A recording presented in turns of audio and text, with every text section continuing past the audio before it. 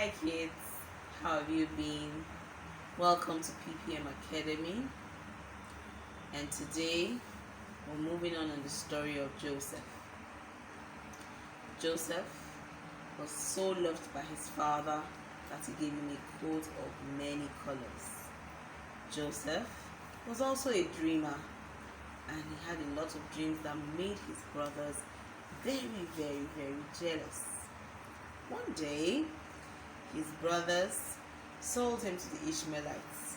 Ishmaelites took him to Egypt and then sold him to Potiphar. While Joseph was in Potiphar's house, God favored him and everyone liked him. But Potiphar's wife wanted him to do something very, very bad. And Joseph ran away. But Potiphar's wife told a lie. Is it good to tell lies? If you said no, you're correct. But Potiphar believed his wife. So Joseph was sent to prison. While he was in prison, he told two young men the meaning of their dreams, and those things came to pass. Those two young men worked for Pharaoh. One day, Pharaoh had two dreams also, and he was troubled, and he was looking for who to tell him the meaning of this dream. He sent for his wise men and his magicians, and they couldn't. And one of the men who he helped in prison told Pharaoh about Joseph, and Joseph was called.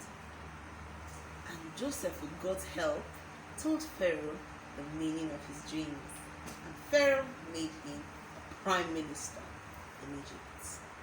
And while he was in Egypt, he helped the Egyptians and Pharaoh save food. So when there was famine, there was a lot of food in Egypt. Do you know what happened?